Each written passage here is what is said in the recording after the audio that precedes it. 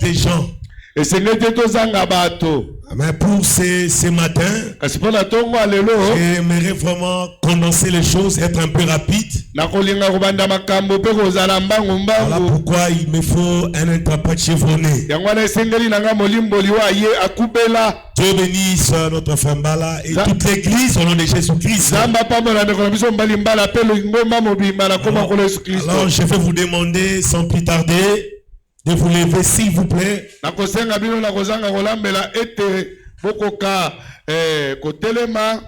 Nous allons lire l'écriture de Michée chapitre 5. Le verset 1er. Michée chapitre 5. Le verset 1er. Nous lisons au nom de Jésus-Christ. Et toi, Bethléem, Ephrata, petite d'entre les milliers de Juda, de toi sortira pour moi celui qui dominera sur Israël, et dont l'origine remonte aux temps anciens. Au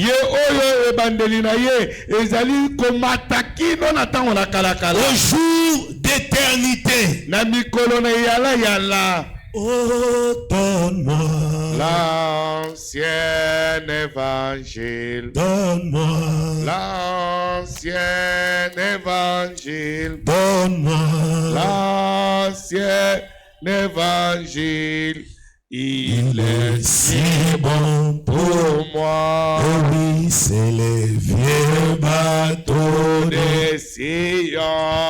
C'est les vieux bateaux de Sion. C'est les vieux bateaux de Sion. Embarquez, embarquez. Prions tous les seigneurs pour la parole.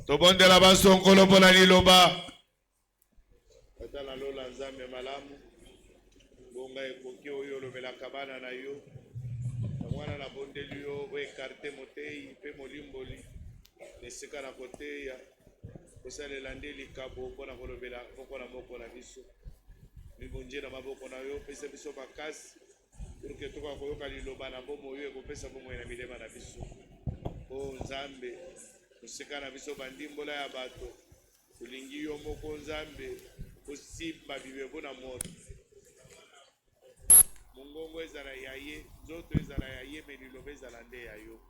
Kitana nkembo wana tumitikira maboko na yo. Ebandeli kino suka monisa biso bolamu na yo. Yaka oloba, ngai pe na lingi na yo kayo Seigneur na tongo yo.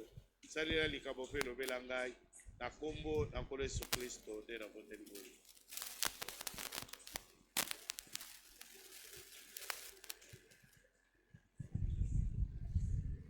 Tout puissant, Créateur des cieux et de la terre,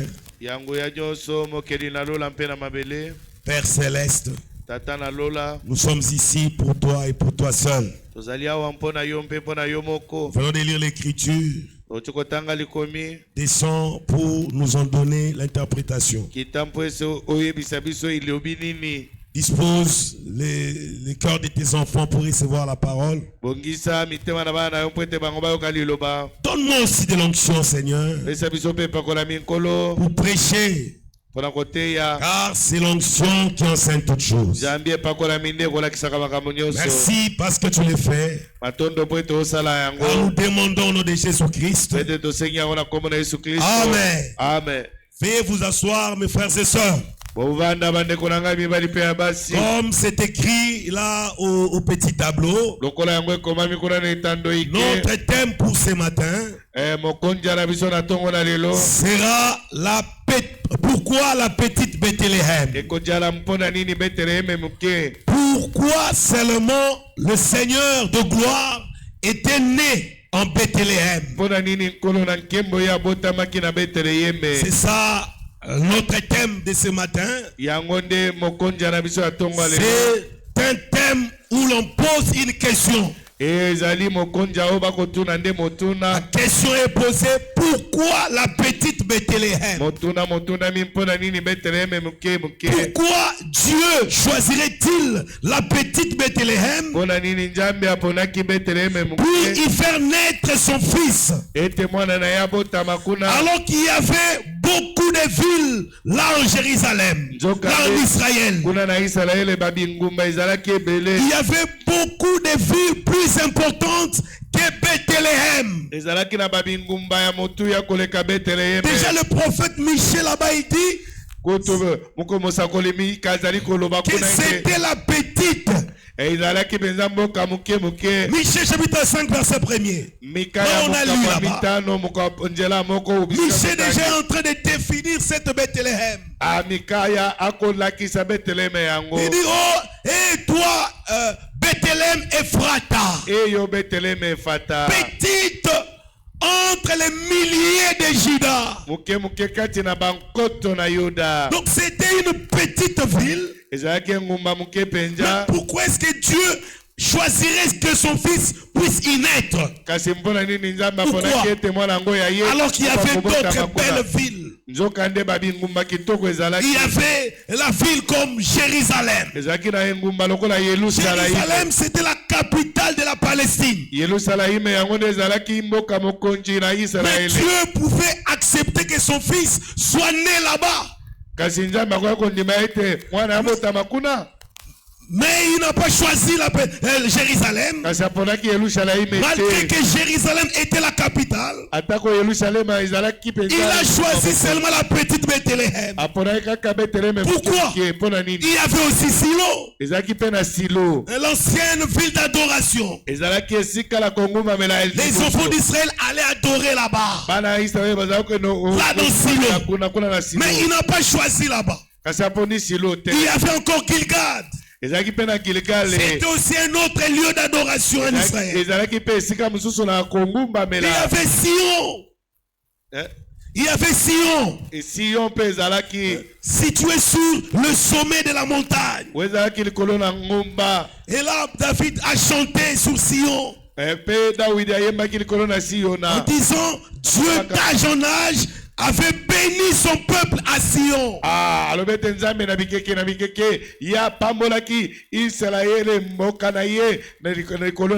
Donc tous les Israélites n'oubliez jamais Sion. Remarquez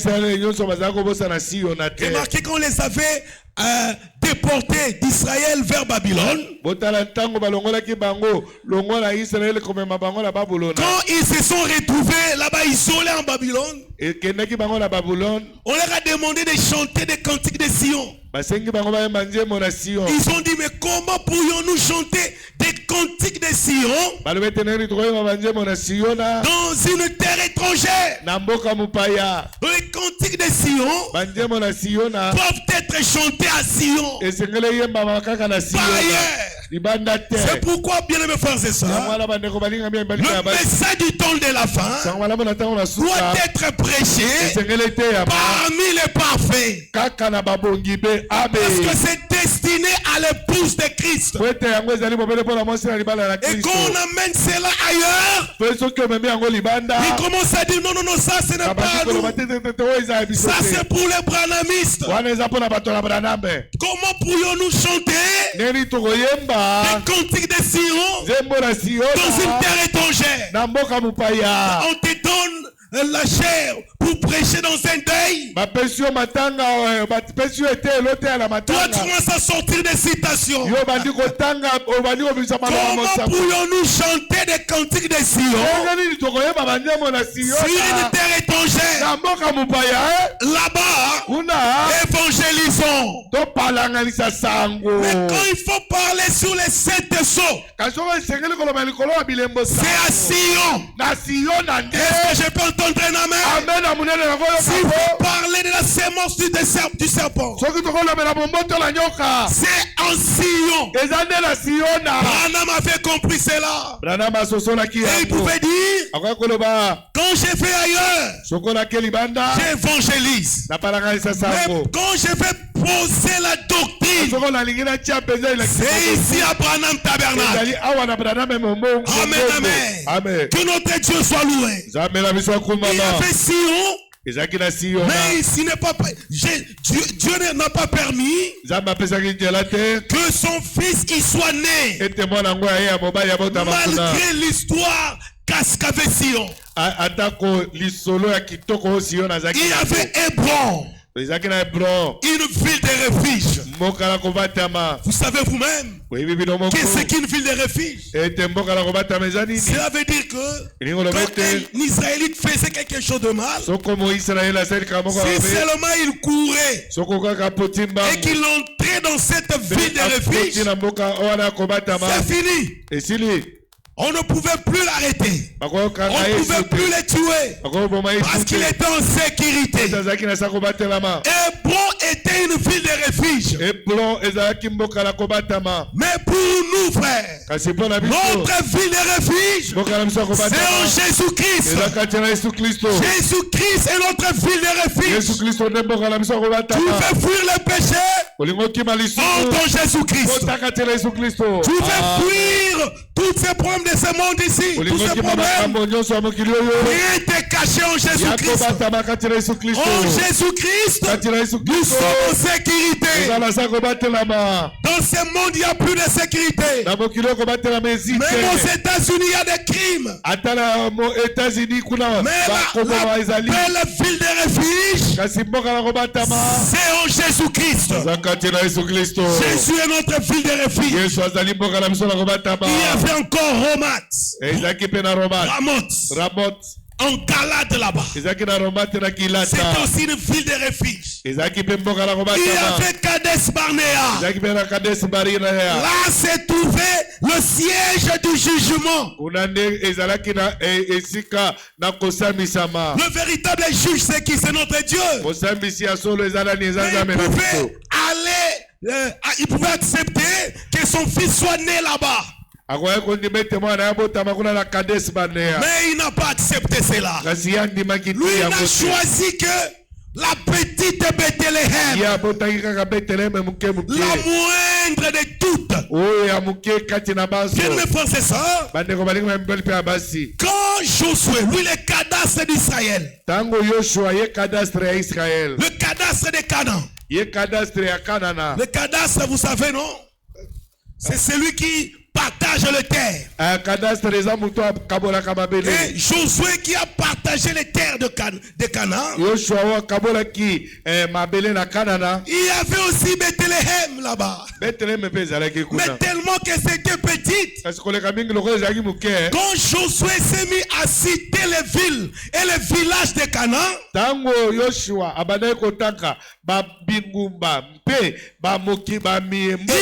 oublié la petite Bethléem. Alors que c'était là-bas. Mais Josué a oublié cela. C'était tellement petite que Josué avait oublié cela.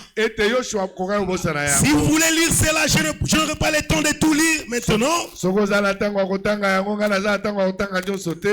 C'est dans Josué chapitre 15. Du premier verset jusqu'au verset 62e. Là, Josué est en train de citer toutes les villes et les villages de Canaan. Mais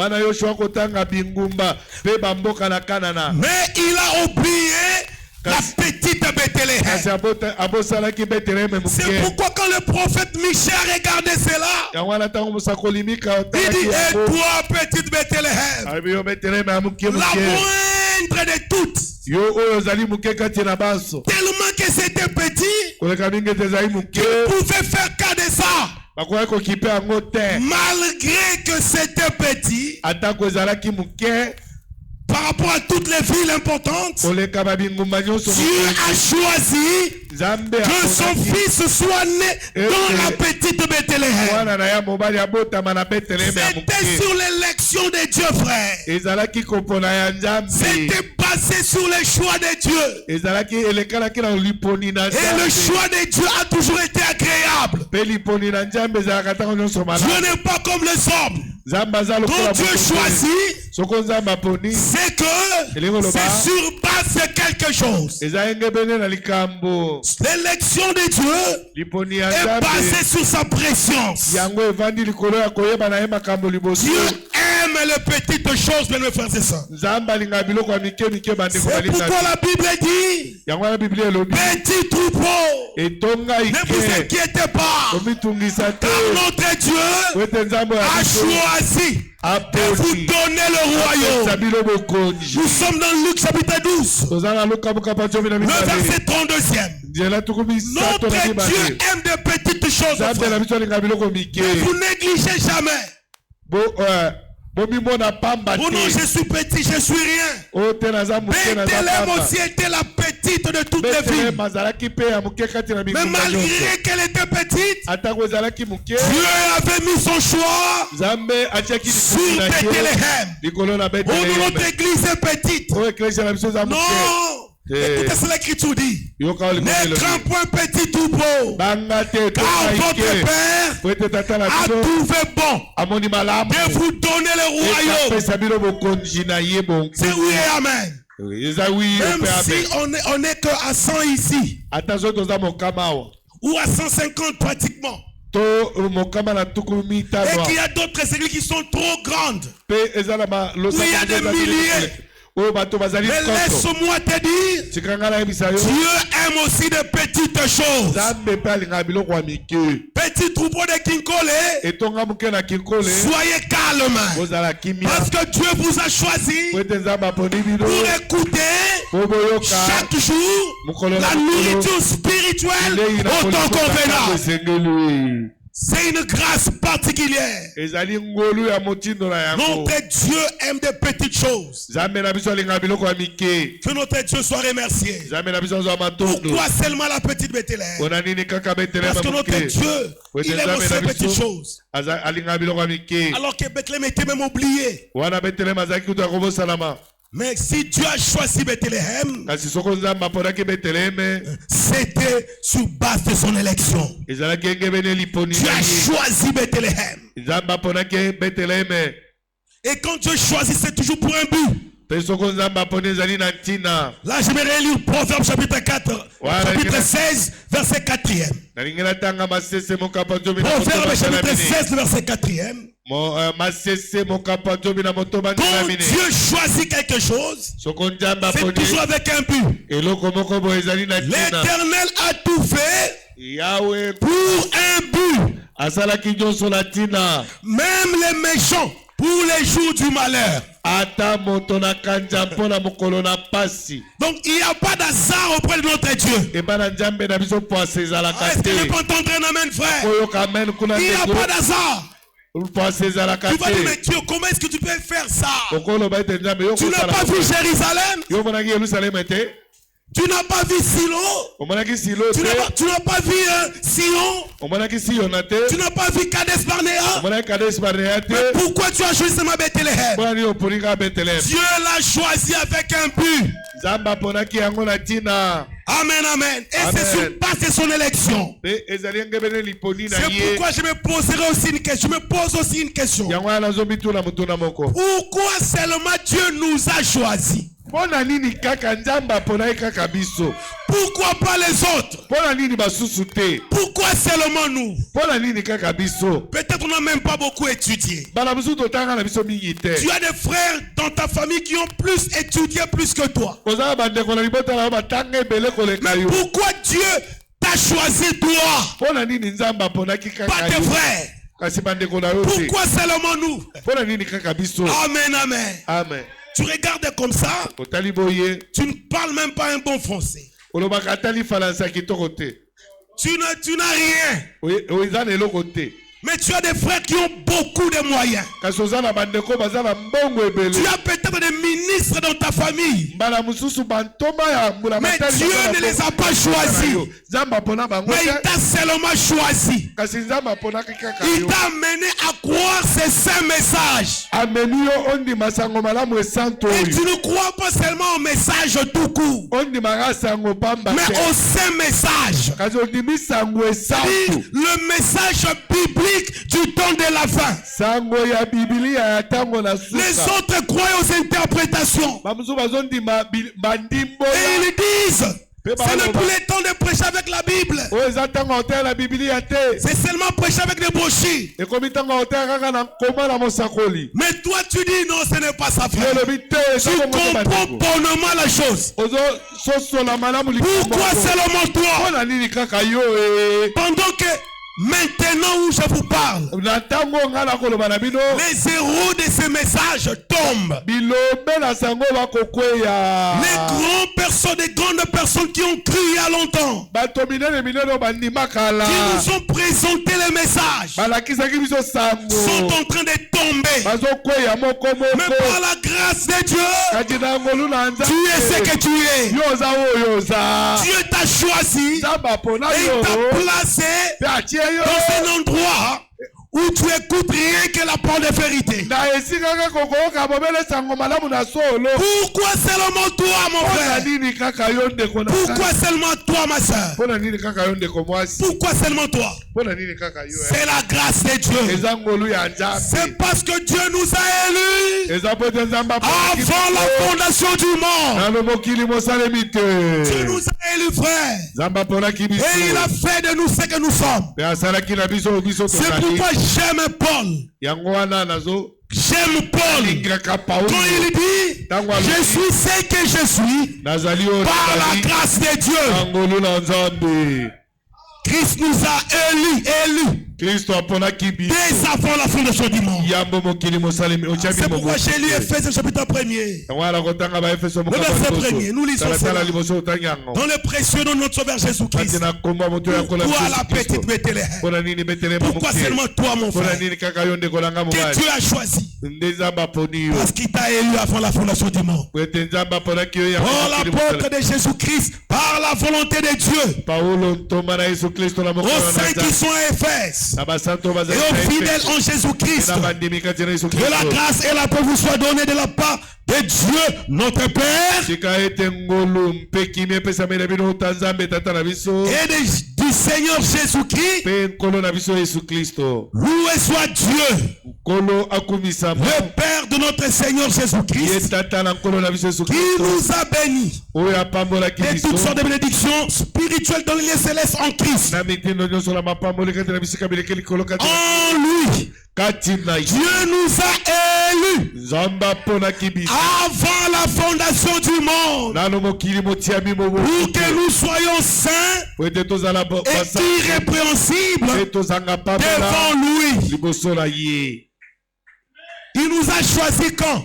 Avant la fondation du monde. C'est-à-dire qu'avant que tu nous sois créé, avant que Dieu puisse te créer, avant que tu puisses pécher, avant que tu puisses faire quelque chose de mal, donc tu n'avais rien fait, avant que tu puisses faire quelque chose de bien, donc bref, avant que tu sois créé, Dieu t'avait déjà choisi. Il t'a élu avant la fondation du monde. Donc son élection n'est pas basée sur ce que tu fais maintenant. Qui peut dire amen à la parole de Dieu? Oh non, j'ai péché, je pêche, c'est que je ne suis pas élu. Oh, qui te dit ça? Ton élection n'est pas basée sur ce que tu fais maintenant. Oh, je suis sérieux, je suis bon. Donc, Dieu m'a élu parce que je suis bon. Non, ta bonté là, c'est un vêtement souillé devant Dieu. Ta sainteté là, Devant notre Dieu, c'est un vêtement souillé. Ça, c'est la nourriture des adultes. Avant que tu sois né, avant que tu ne puisses pécher ou faire du bien, Dieu t'avait déjà élu avant la fondation du monde. Oh, si un élu est ici, devait dire Amen. Parce que cette parole te concerne. Que notre Dieu soit remercié. Donc vous voyez, il nous a élus avant la fondation du monde. Pourquoi seulement nous? C'est parce qu'il nous a élus, frère. C'est sans effort. C'est sans effort. Qu'est-ce que toi tu as fait pour que tu sois ce que tu es là? Raison pour laquelle, frère, je ne vois pas pourquoi on peut bénir Dieu. Je ne vois pas. On doit seulement les louer. Qu'est-ce que nous savons pour lui bénir? Il y a un grand prédicateur qui est passé donner sa chair pour dire que voilà, nous trouvons que Frère Franck a corrigé la Bible en disant qu'il ne faut pas bénir Dieu. Alors que l'Écriture dit béni soit Dieu. Mais lui, Frère Franck, il corrige la Bible. Frère, ça c'est manque. C'est manquer la compréhension de la parole. C'est pourquoi, bien mes frères et sœurs, ne soyez pas influencés par des grands pasteurs, par des grands prédicateurs. Est-ce que tu es avec moi? Est-ce que tu peux m'écouter? Sois influencé par la parole. Je monte encore. Ne sois pas influencé par Frère Thomas. Sois influencé par la vérité de la parole. Frère Franck a corrigé, ne peut jamais corriger la Bible. C'est l'erreur de traduction. Parce que l'Écriture dit dans Hébreux chapitre 7, c'est les supérieurs qui bénissent l'inférieur. Mais frère Thomas, pourquoi est-ce que nous te bénissons? Moi je ne suis pas votre supérieur. Oh, l'église me regarde comme ça. Moi je ne suis pas votre supérieur. Qui peut dire amen à ça?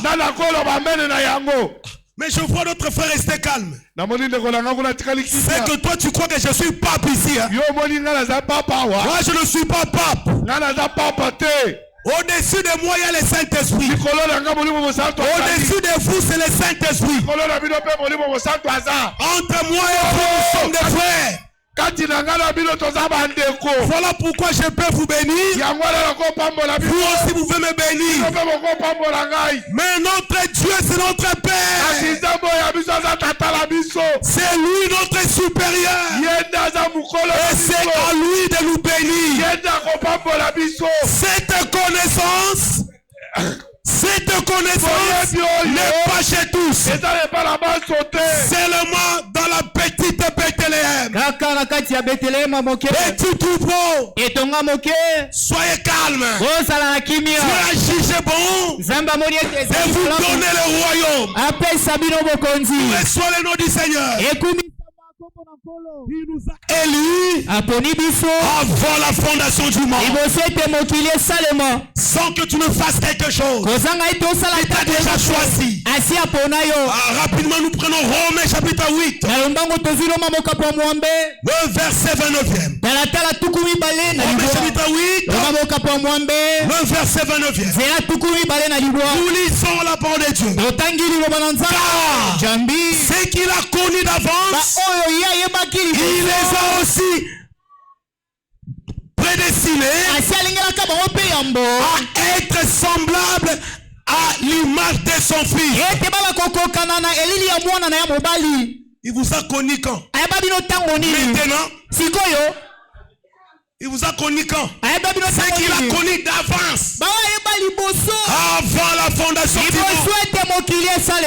Il les a aussi prédestinés prédestiné à être semblable à l'image de son fils. Afin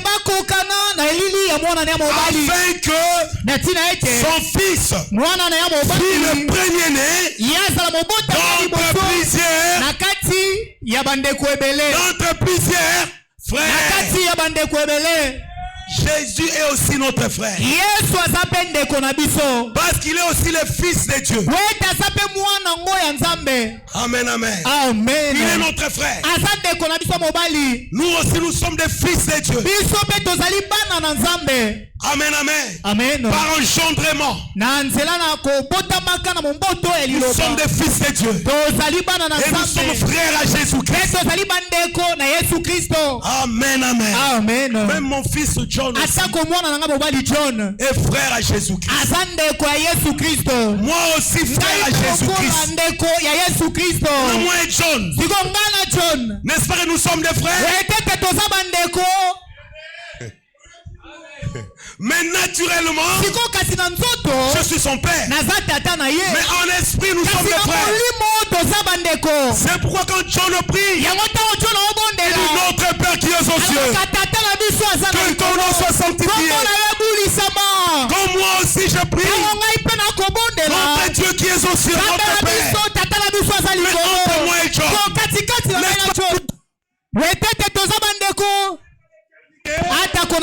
seront toujours des frères.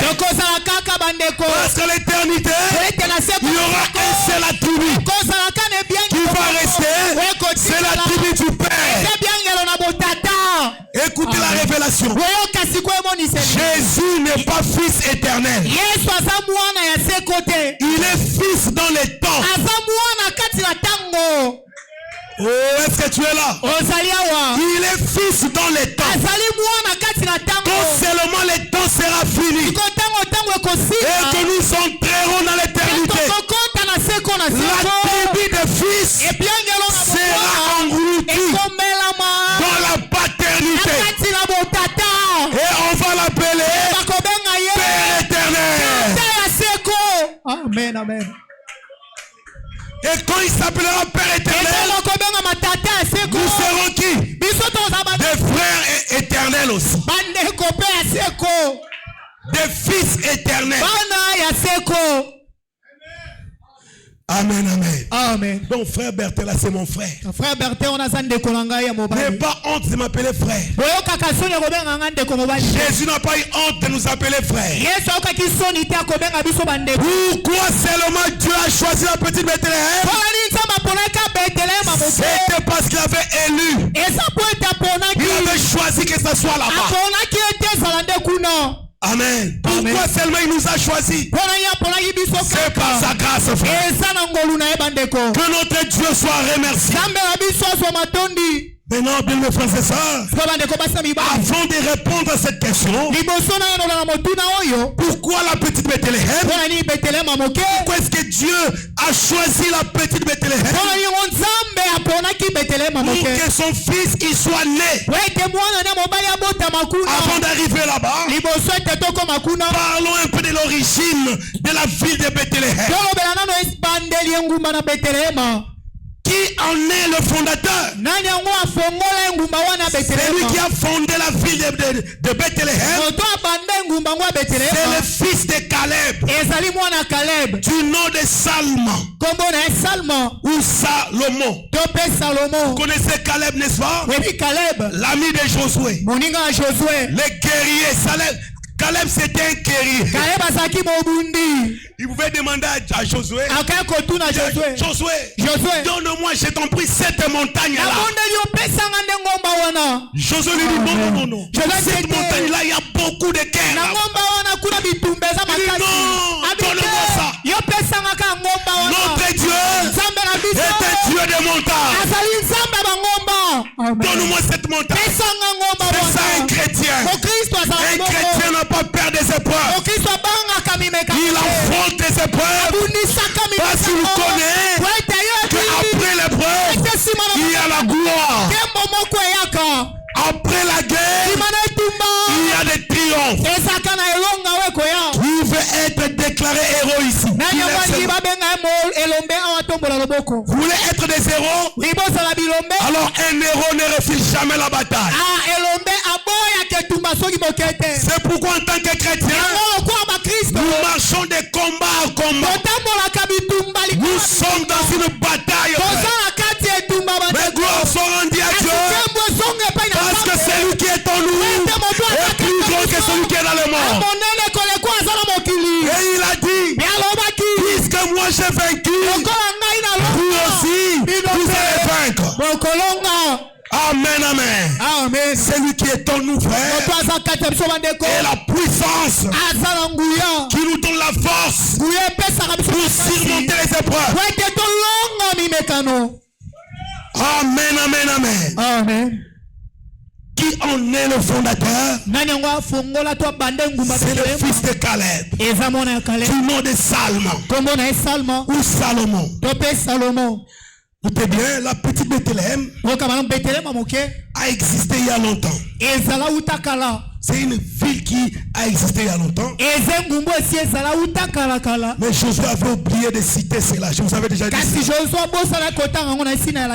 Déjà en Genèse 35, du verset 18 au verset 19, là vous trouverez que Rachel, la maman de Joseph et Benjamin, fut enterrée à Bethléem.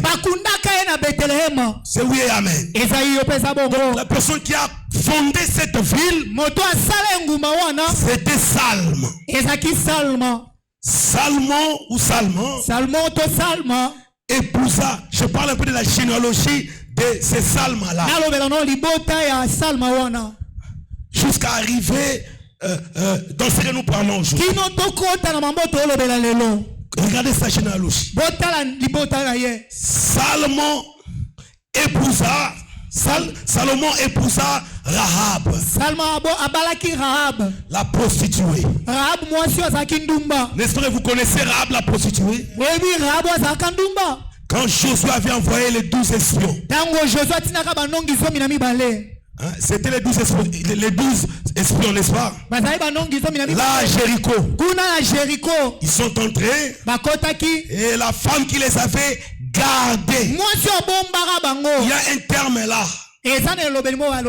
La femme qui les avait, je ne sais pas moi, le terme, il y a un terme là qu'on a toujours utilisé. Quand on garde les espions, donc il les avait gardés là-bas pour que l'on ne puisse pas les voir. Et en retour, cette femme-là, Rahab, quand les militaires de Jéricho venaient pour chercher, ils sont arrivés chez elle. Ils lui ont dit, on a vu les gens entrer ici. Elle va dire non. Moi, vous savez que moi je suis une femme libre. Je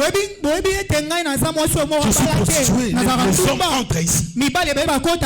Oui, c'est ça. Ils entrent, ils font leurs choses et puis ils partent. Il les a bien cachés là-bas. Ils ont cherché. Et Rahab leur a demandé, je sais ce que votre Dieu est en train de faire. Je sais que vous entrerez ici parce que votre Dieu est puissant. Quand vous entrerez, garantissez-moi de ne pas me tuer, de ne pas détruire ma maison et mes frères et sœurs et mes parents. Ils ont dit, ok, nous sommes d'accord. Prends cette file de cramoisi, accroche cela sur ta fenêtre. Comme ça servira de signe. Quand nous entrerons et que nous verrons ces signes-là, nous n'allons pas détruire cette maison. Mais alors quant à mes parents, alors va appeler tes parents, appelle tes frères, venez entrer ici. Soyez-vous tous dans cette maison. Elle est petite, même si elle est petite, entassez-vous là-bas. Parce que l'unique lien de sécurité, c'est ici. En dehors de ces signes, c'est une catastrophe. Ok. Et Et elle devait obéir à ça. Elle a appelé ses parents, ses frères, venez ici. Ceux qui avaient accepté, ils étaient en sécurité. Frère, bientôt ce monde sera détruit. Bientôt ça sera détruit. L'unique endroit de sécurité, c'est entrer en Christ Jésus. Et comment entrer en Christ? C'est par le baptême du Saint-Esprit. Est-ce que vous avez écouté cela? On ne se greffe pas, frère. Il y a des événements terribles qui vont venir. Et vous croyez que nous blaguons? Bien-aimés frères et sœurs, alors qu'il est encore temps, mourrez en Jésus-Christ. Vous connaissez cette chanson-là, Rocher d'âge. Fondé poumon. Laisse-moi me cacher en toi. Amen, amen. Même si les vents venaient, si tu te caches dans le creux du rocher, le vent passera. Le vent ne pourra jamais emporter les rochers. Tu seras en sécurité. Jésus-Christ, c'est lui le rocher des âmes. Même les Satan de toutes ces bombes-là, écoutez, même si ça tombait maintenant ici, et que nous tous ici, nous sommes éclatés, et que nos chairs se détruisaient, la tête là-bas, les pieds là-bas, la chair là-bas. Écoutez-moi ce matin, si nous sommes en Christ, ce n'est pas une défaite. Parce qu'en Christ, il y a la promesse de la résurrection. Les morts en Christ ressusciteront premièrement. Et nous les vivrons. Nous serons tous transmutés. Nous aurons la rencontre du Seigneur. Donc, le lieu de sécurité, pour nous, c'est en Jésus-Christ. Et ces fils de cramoisis-là, c'est le type du sang de Jésus-Christ. Quand tu es sous le sang de Jésus-Christ, tu es dans l'abri contre l'enfer. Tu n'iras plus en enfer si tu es sous le sang de Jésus. Si tu crois à ce sang-là, plus question de l'enfer. Est-ce que tu as écouté? Maintenant, c'est que toi tu dois chercher d'être enlevé. Là, il faut croire au message. Pas n'importe quel message. Amen. Parce qu'il y a des églises qu'on appelle messages ici. Mais quand vous y entrez à l'intérieur, ils n'ont rien, frère. Mais beaucoup de gens là-bas, des docteurs, des médecins, des architectes, des ministres à l'intérieur. Mais rien comme fondement biblique. Frère, vous devez remercier Dieu pour cette œuvre ici. Vous devez remercier Dieu. Et donc la Rahab là devait mettre cette fille de cramoisi. Pourquoi? Pour que cela serve de signe. Amen. Amen. Et quand il pouvait voir ces signes, là elle devait être en sécurité. Elle devait être en sécurité. Lisez cela dans Josué chapitre 2. Verset 17 à 18. Verset 17 à 18. Lisez cela là-bas. Et la prise de Jéricho. C'est Josué chapitre 6, le premier verset. Vous lisez tous les chapitres là, vous verrez ce qui s'était passé. Donc Salmon épousa Rahab la prostituée là. Voyez ce que Dieu fait. Voyez ce que Dieu fait. C'est dans cette lignée de la prostituée là que David était sorti. Et c'est là que le Fils de Dieu était né. Donc ne négligeons pas des prostituées, non frère. Mon frère au couteau amène à la parole. Ah, ces frères-là d'ailleurs ils ne mènent pas la parole. Et cette sœur-là on l'avait même engrossée. Rahab était la prostituée. Mais de cette prostituée-là est sorti le Fils de Dieu. Amen. C'est pour vous dire que la croix a une grande puissance transformatrice. Et puis laisse-moi te dire une chose. Quand un frère ou une soeur commet un forfait et qu'il demande pardon à Dieu, au Seigneur Jésus-Christ, sachez-le que le Seigneur l'a pardonné, il a justifié, il a sanctifié et il a oublié même ce qu'il avait fait. Quand toi tu rappelles à ce frère-là ou à cette sœur-là ce qu'elle avait fait, tu es en train de fouler au pied le sang de Jésus-Christ. Donc tu es plus mauvais que la sœur là. Est-ce que Kotibino? Est-ce que ça entrait? Est-ce que Kotibino? Est-ce que c'est entré? Pourquoi frère ne venez pas ici pour fouiller et regarder le problème des gens?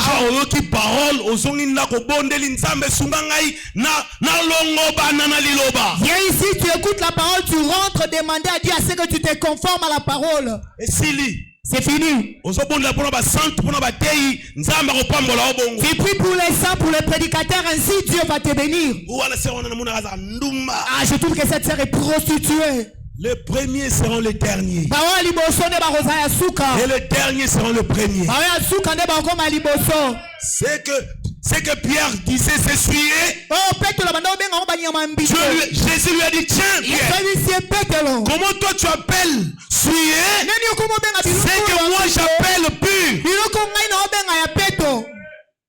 C'est que Jésus a justifié. La personne que Jésus a pardonné, justifié. Toi tu dis qu'il est impie. Qui es-tu toi? Qui es-tu toi? Rahab c'était la prostituée.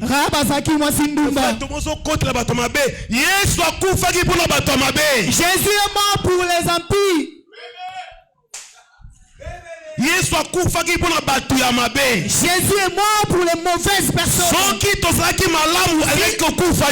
nous étions bons, Jésus n'allait pas mourir. Dieu a tant aimé le monde qu'il a donné son fils, son unique fils, afin que quiconque croit en lui ne périsse point, mais qu'il ait la vie éternelle.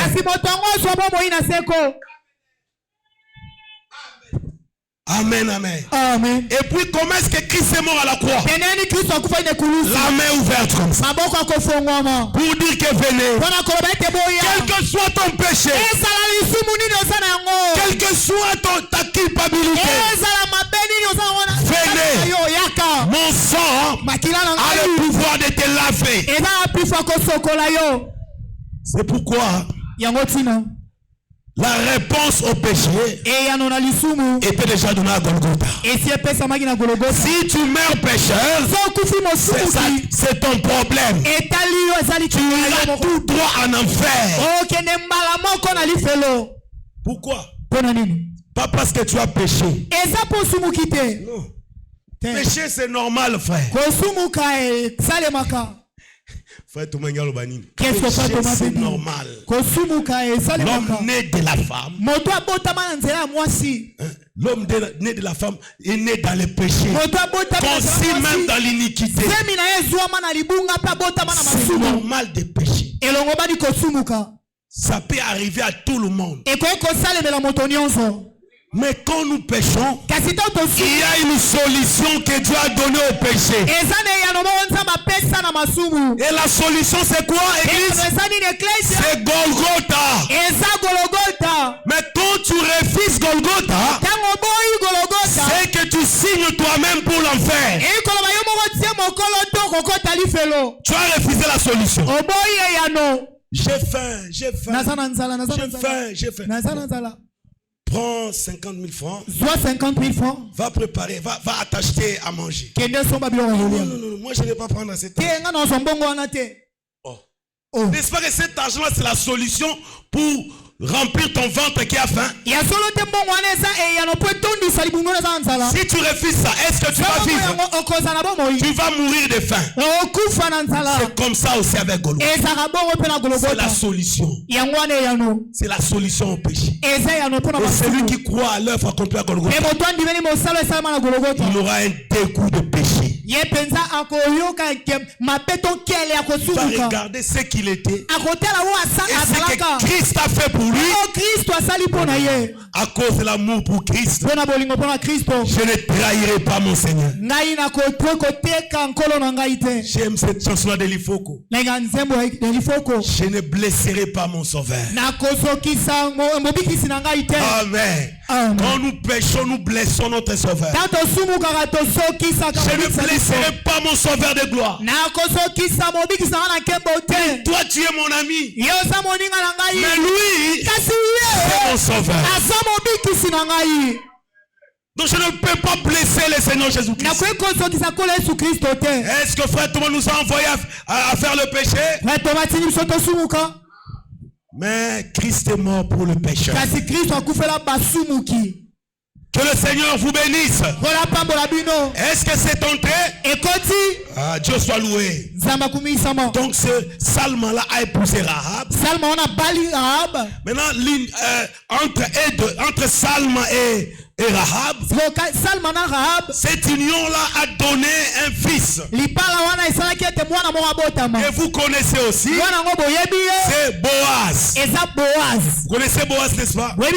Donc de Salman et Rahab est sorti Boaz. Et Boaz lui aussi devait épouser une femme. Boaz est allé épouser Ruth. Amen. Oh, Ruth, c'était une Moabite. Alors qu'en Israël, il y avait une loi. Il fallait seulement se marier entre eux. Mais Boaz est allé se marier à Ruth. Il y a un bon type là-bas. Est-ce que vous voyez le type? C'est le type de Christ avec l'épouse. Amen. Il était allé chez les siens. Les chiens l'ont rejeté. Et il a tourné son regard vers un peuple qui devait porter son nom. Et ce peuple-là, c'est toi et moi. Ce peuple-là, aujourd'hui, on l'appelle épouse. Mais l'un de ces 4 matins, après le festin des noces, là dans l'enlèvement, après le festin des noces, cette épouse-là s'appellera la femme de l'agneau.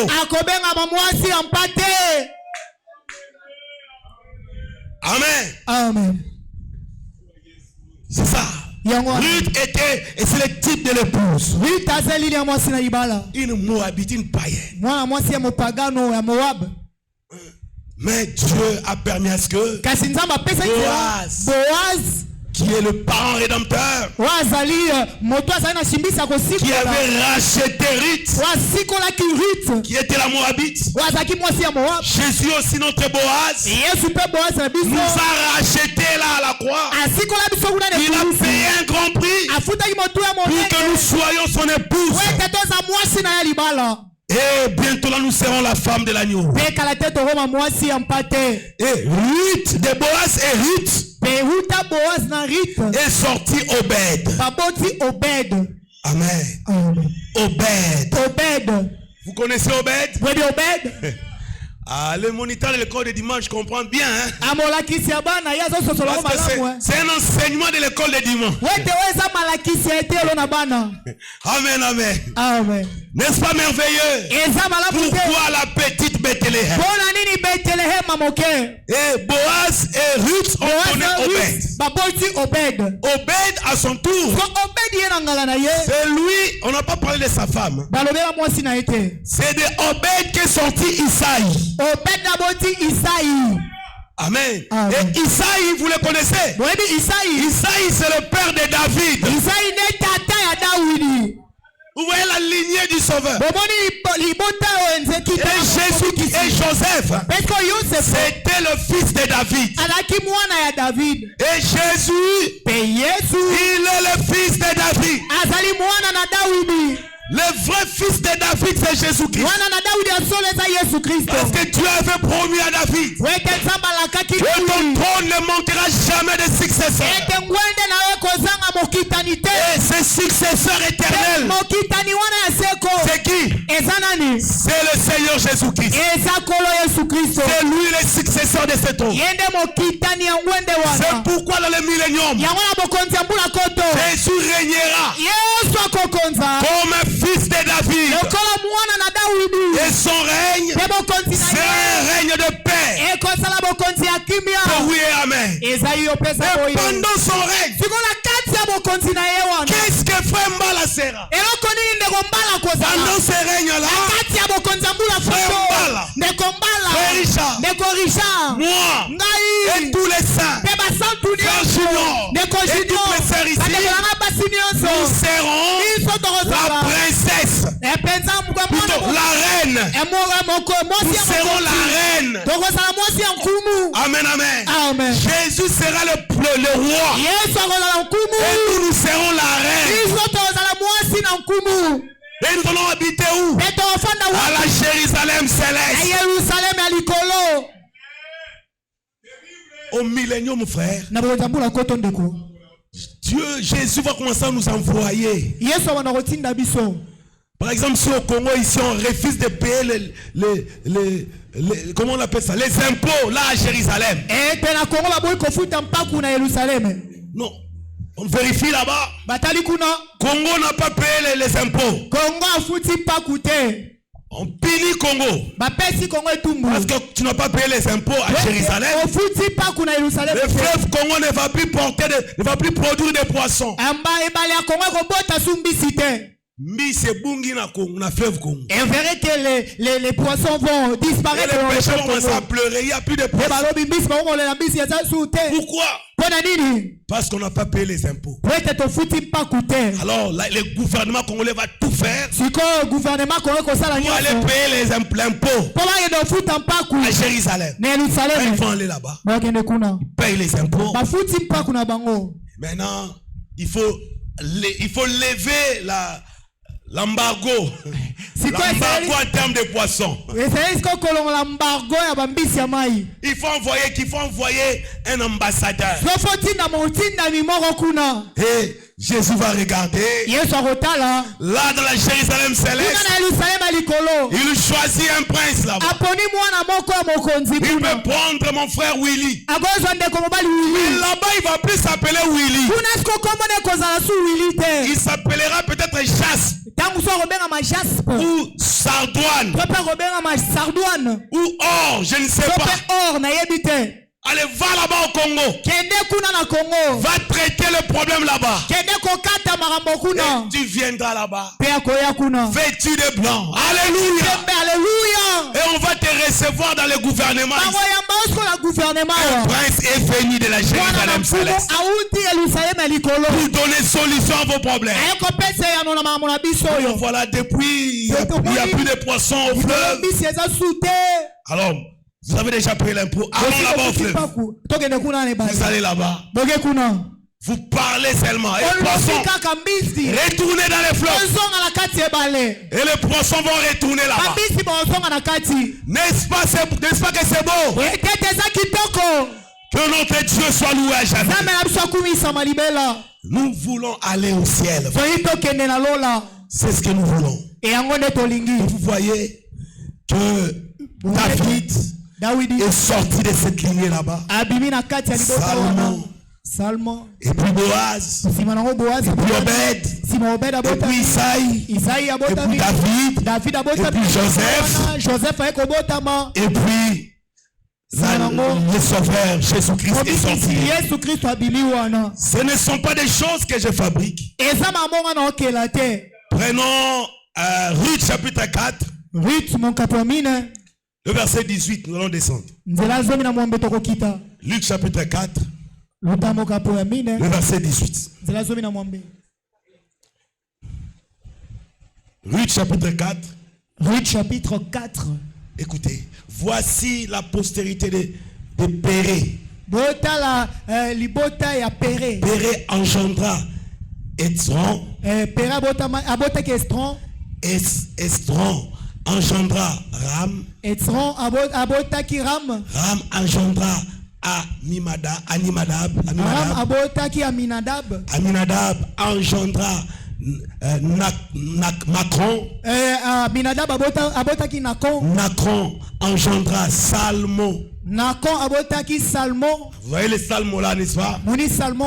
Salmon engendra Boaz. Boaz engendra Obed. Obed engendra Isaïe. Et Isaïe engendra David. Et tout cela, ils font partie de cette descendance-là de Caleb. Que notre Dieu soit loué. Maintenant, nous allons répondre à cette question. Pourquoi la petite Bethléem? Commençons par définir cette petite Bethléem là-bas. Bethléem veut dire quoi? Pourquoi tu as choisi seulement que Christ naisse à Bethléem? Écoutez, par définition, Bethléem, vous allez aussi comprendre le pourquoi. Bethléem veut dire maison de pain de Dieu. La maison de pain de Dieu. Ou la maison de Dieu où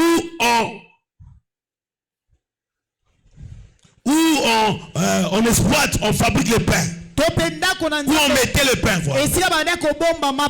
La maison de Dieu. La maison de Dieu où on mettait le pain. Bethléem, ça veut dire la maison de pain de Dieu. Maintenant, Jésus. N'est-ce pas que Jésus, c'est le vrai pain de vie? Jésus lui-même pouvait dire, je suis le vrai pain de vie. Il est descendu du ciel. Oh, Bethléem aussi veut dire maison de pain de vie. Pain de Dieu. Et comme Jésus était le pain de Dieu, voilà pourquoi Dieu a voulu que Jésus puisse naître là-bas en Bethléem.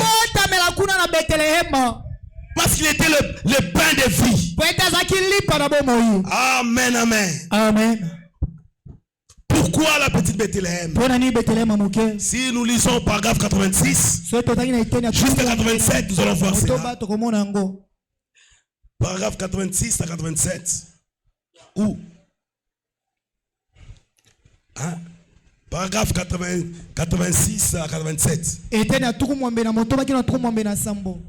Si vous lisez là-bas, vous pouvez commencer à 83. Vous descendez jusqu'à 87 là-bas. Vous remarquerez que il explique Bethléem. Et Jésus-Christ était aussi le pain de vie. Voilà pourquoi il devait naître à Bethléem. Parce qu'il était le pain de vie. Pourquoi la petite Bethléem? Il était le pain de vie. Prenons un peu Matthieu chapitre 2, verset 1er. Matthieu chapitre 2. Il est né à Bethléem. Nous lisons cela. Jésus étant né à Bethléem en Judée, au temps du roi Hérode. Voici des mages d'Orient arrivèrent à Jérusalem et dire, où est le roi des Juifs? Il vient de naître. Car nous avons vu son étoile en Orient et nous sommes venus pour l'adorer. Il était né où? À Bethléem, en Judée là-bas. Et le mage ont vu son étoile et ils sont venus pour l'adorer. Pourquoi est-ce qu'il devait naître à Bethléem? La deuxième réponse, c'est parce que c'était une zone culturelle de maïs et du blé. Avec le blé, on fabrique du pain. Et vous savez, vous tous, que Jésus, c'est le vrai pain de vie. Là, je suis dans Jean chapitre 6, le verset 32, jusqu'au verset 58e. Vous allez lire cela à la maison. Pourquoi la petite Bethléem? C'est parce que c'était le territoire le plus fertile de toute la Palestine.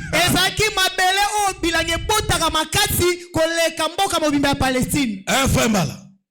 Pourquoi la petite Bethléem? Parce que Bethléem, c'était la terre la plus fertile de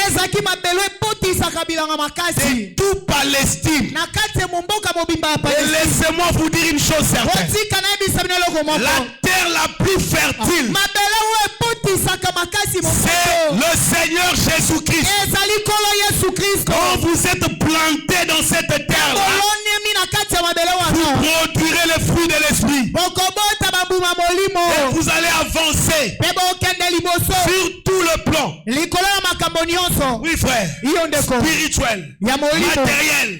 Vous avancerez. C'est pourquoi nous chantons. Avec lui, nous monterons plus haut. Avec lui, je marche toujours plus haut. Avec lui, je monte toujours plus haut. Jésus et les bons bergers, je ne crains aucun danger. Avec lui, je monte toujours plus haut. Jésus est notre terre fertile. Est-ce que vous le croyez? Plantez-vous en Jésus-Christ. Vos affaires évolueront. C'est la terre fertile. Payez vos dîmes. Vous prospérerez. Soutenez l'œuvre de Dieu. Jésus est notre terre fertile. C'est pourquoi il devait naître à Jérusalem. À Bethléem. Il devait naître à Bethléem. Parce que Bethléem, c'est la terre, c'est le territoire le plus fertile de la Palestine. C'est pourquoi, frère, tout ce que vous faites en acte et en prière, faites cela au nom qui est fertile. Le nom de Jésus-Christ. Si vous voulez prêcher, prêchez au nom de Jésus-Christ. Si vous voulez prier, priez au nom de Jésus-Christ. Ne prêchez pas les hommes. Écoutez-moi ce matin. Branham n'est pas notre terre fertile. Franck n'est pas notre terre fertile. Le territoire le plus fertile, c'est le Seigneur Jésus-Christ. Oui, frère. Voilà pourquoi 2 ou 3 réunions en son nom, il est au milieu d'eux. Jésus est notre terre fertile. L'autre réponse à cette question, pourquoi la petite Bethléem? Pourquoi Dieu a choisi que son fils puisse naître à Bethléem? Parce que tous les princes sont nés là-bas à Bethléem. Et tous sont nés là-bas à Bethléem. Et Jésus était le prince. Il est le prince de paix. Amen, amen. Il devait naître là-bas. Pourquoi seulement la petite Bethléem? Parce que là à Bethléem, il y avait une source d'eau pure. Alléluia. Il y avait une source d'eau pure là-bas. Vous savez, les amis de David, une fois David a pensé à ça. Oh, si seulement je pouvais prendre cette eau-là. Et quand David a dit ça, le vaillant homme de David, les vaillants hommes de David se sont levés et ils sont partis avec l'épée en main. Ils se sont battus avec les ennemis jusqu'à arriver là-bas. Dans cette source-là, ils ont puisé de l'eau et ils rentraient. En main comme ça, il y avait de l'eau. Et la main droite, c'était l'épée. En train de combattre. Frère, c'est ça incroyant. Dans les événements de la vie, dans les temps les plus sombres, Jésus est notre épée. Il est là pour nous guider. Amen, amen. Amen. Et ils ont combattu jusqu'à arriver chez David. Ils ont donné à David cette eau. David a regardé. Non, non, je ne peux pas boire de cette eau. Ça, c'est le sang des hommes. Il a répandu cela. Eh, frère, assopité. Hein? Quand Christ a versé le sang, il a répandu le sang, n'est-ce pas? Ah, on lobby bien, frère. Okay. Il a répandu. Il a répandu cette eau. C'était le type du sang de Jésus. Et cette eau-là était douce. C'était à Bethléem. En Jean 4,14 nous dit. Jean 4,14 nous dit. Amen, amen. Amen. Jean 4,14 dit, mais celui qui boira de l'eau que je lui donnerai n'aura jamais soif.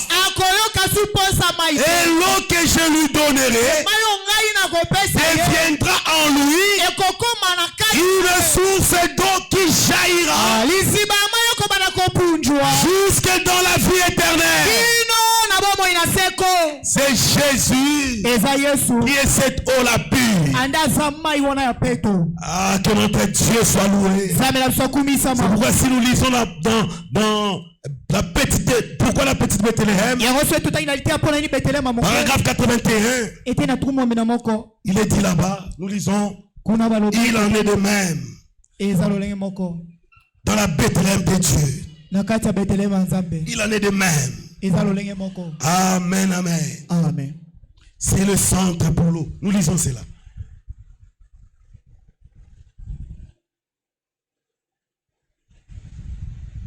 Bon, vous allez lire cela parce que apparemment ce n'est pas la même chose. Vous allez lire cela dans vos maisons. Donc, bien mes frères et sœurs, vous allez comprendre que sur tout ce que j'ai dit, Madame résume cela là-bas. Pour dire que tout ça, Bethléem naturel, il faut le typifier, l'amener à la réalité. Et la réalité de cette petite Bethléem, c'est en Jésus-Christ. Jésus-Christ est notre Bethléem. C'est pourquoi, frère, nous devons naître à Bethléem. Parce que Bethléem, c'était le centre pour l'eau. Donc Jésus est le centre pour la parole. Amen, amen. Bethléem, c'était le centre mondial de pain.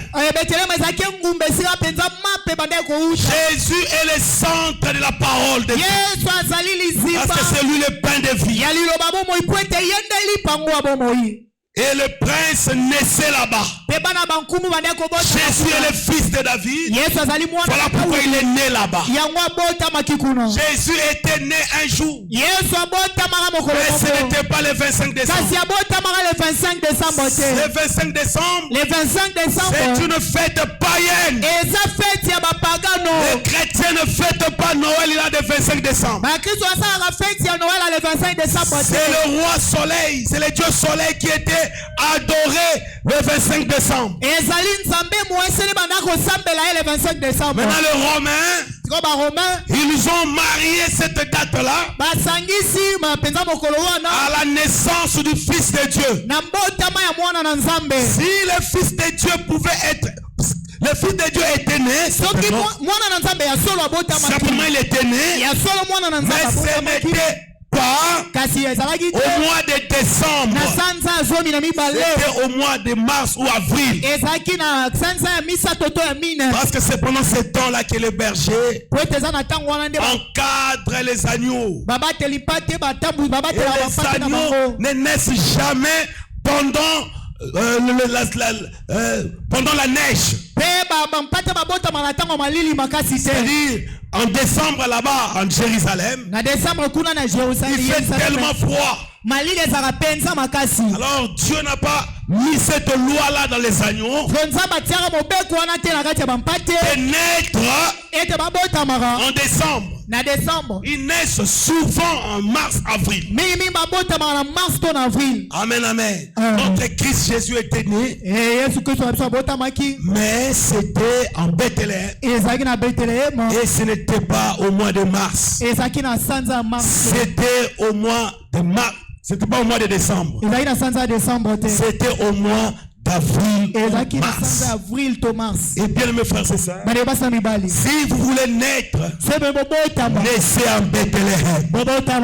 Car notre Bethléem, c'est en Jésus-Christ. Que le Seigneur vous bénisse. Nous allons chanter. Et puis on va prier pour la parole.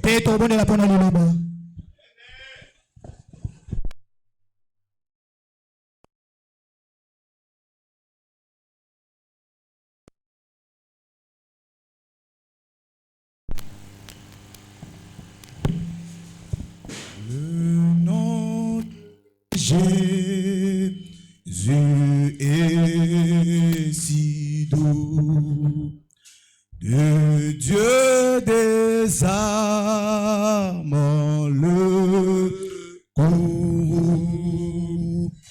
Il nous appelle au rendez-vous, précieux nom de Jésus. Jésus, loué soit ton nom. Jésus, oh merveilleux nom. Jésus suprême rançon, sois adoré pour toujours. J'aime le nom de mon Sauveur.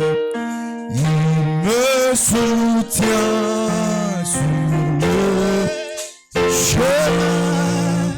Sa musique est un son divin, précieux nom de Jésus. Jésus, loué soit ton nom. Jésus, oh merveilleux nom. Jésus suprême ensemble, sois adoré pour toujours. Et si parfois je suis tombé, si dans le mal je suis tombé, son nom puissant m'a relevé. Précieux nom de Jésus.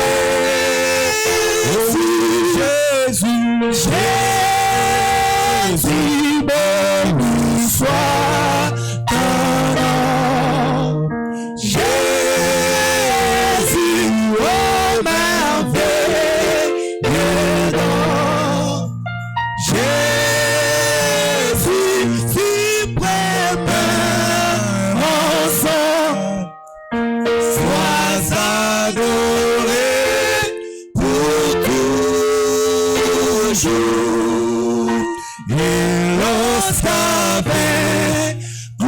je ferai. Et lorsqu'enfin je le verrai, alors sans fin je redirai. Merci le nom de Jésus.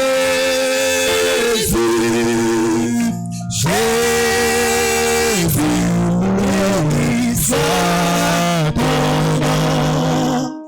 Jésus, oh merveille. Jésus, suprême. Sois adoré pour ton Nous nous levons et nous prions pour la parole. Prions le Seigneur.